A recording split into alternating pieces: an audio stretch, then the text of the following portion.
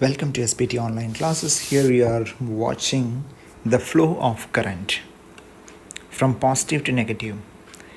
But let me ask you, what is this green things actually? Are the electrons? But electrons are on the negative side, right? So how come something flow from positive to negative? Is it protons then?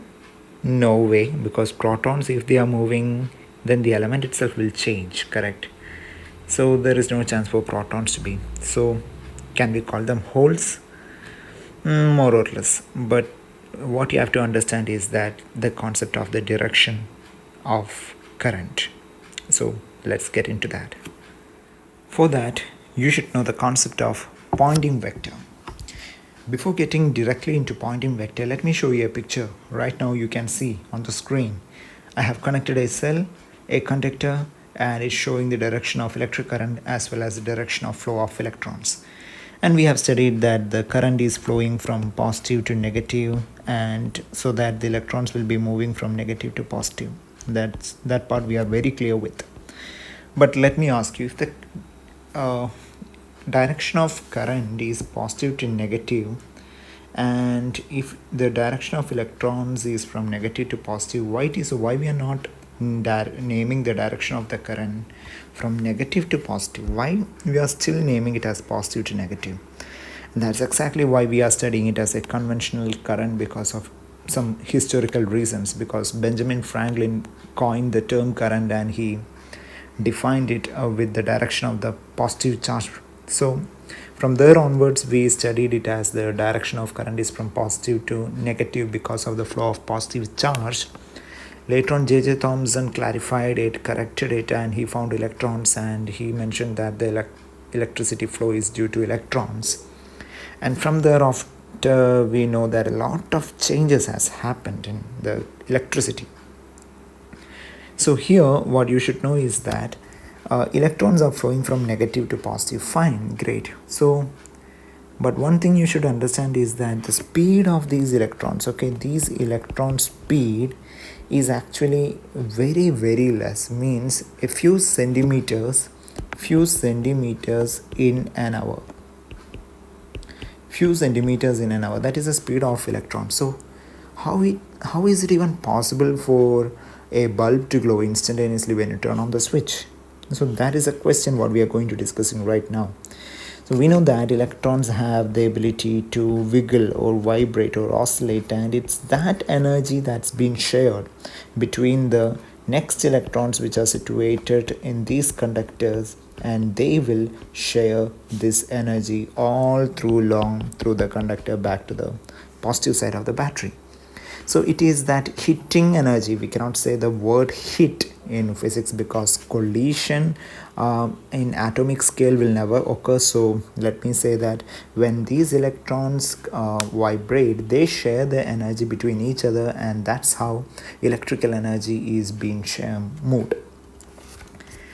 Okay, now comes the question. So in that case, whether the direction of the electrical energy is from positive to negative or from negative to positive. Okay, there comes the next concept of Poynting vectors. So without knowing Poynting vector, we cannot say that the direction of energy is from positive to negative or from negative to positive. So let's get into the concept of Poynting vector. Okay, so we came to know the direction of the conventional current, direction of electrons, and we also understood that it's actually not exactly the word we can say the flow of electron, but it's actually the sharing of energy of electrons that's making the bulb glow. Fine, because the speed of electrons is so slow. Then we came to the point that the direction of the energy. So where is the direction of, so from which point to which point actually this electrical energy is flowing?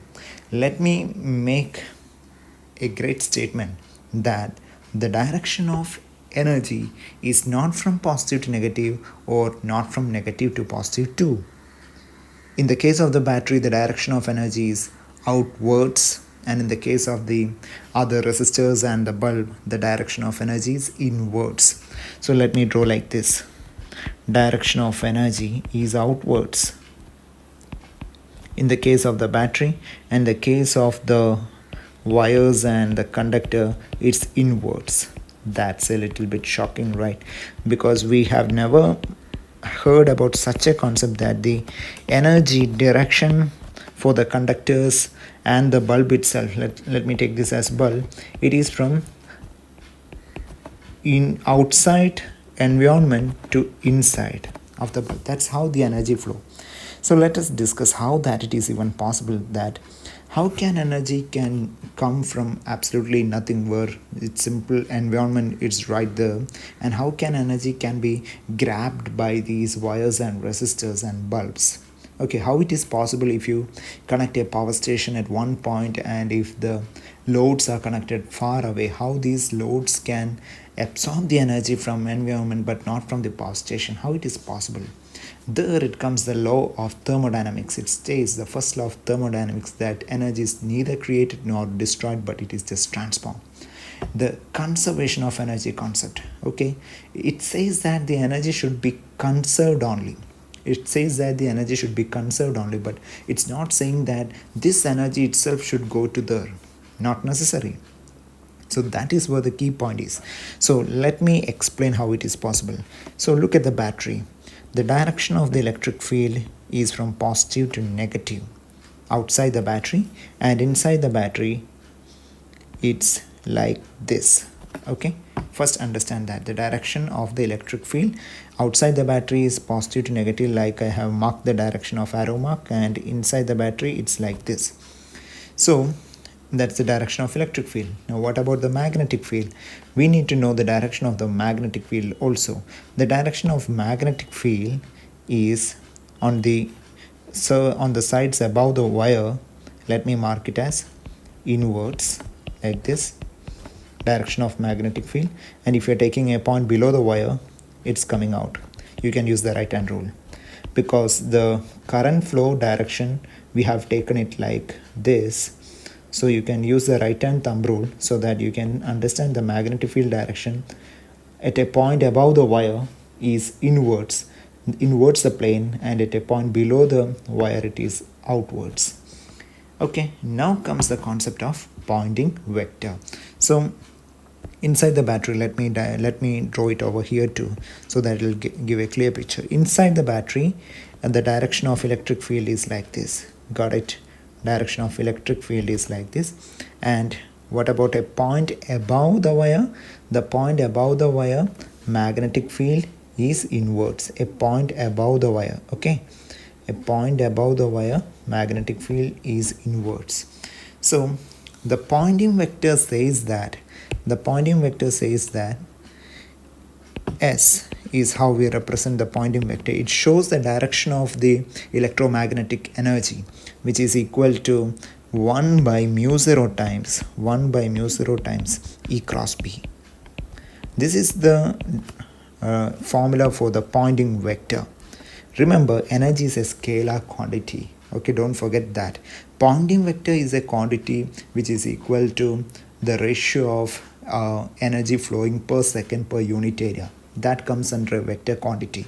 So don't get confused. Energy is a scalar quantity, but the Poynting vector itself is a vector quantity, and it is in the direction of the cross product of electric field and magnetic field.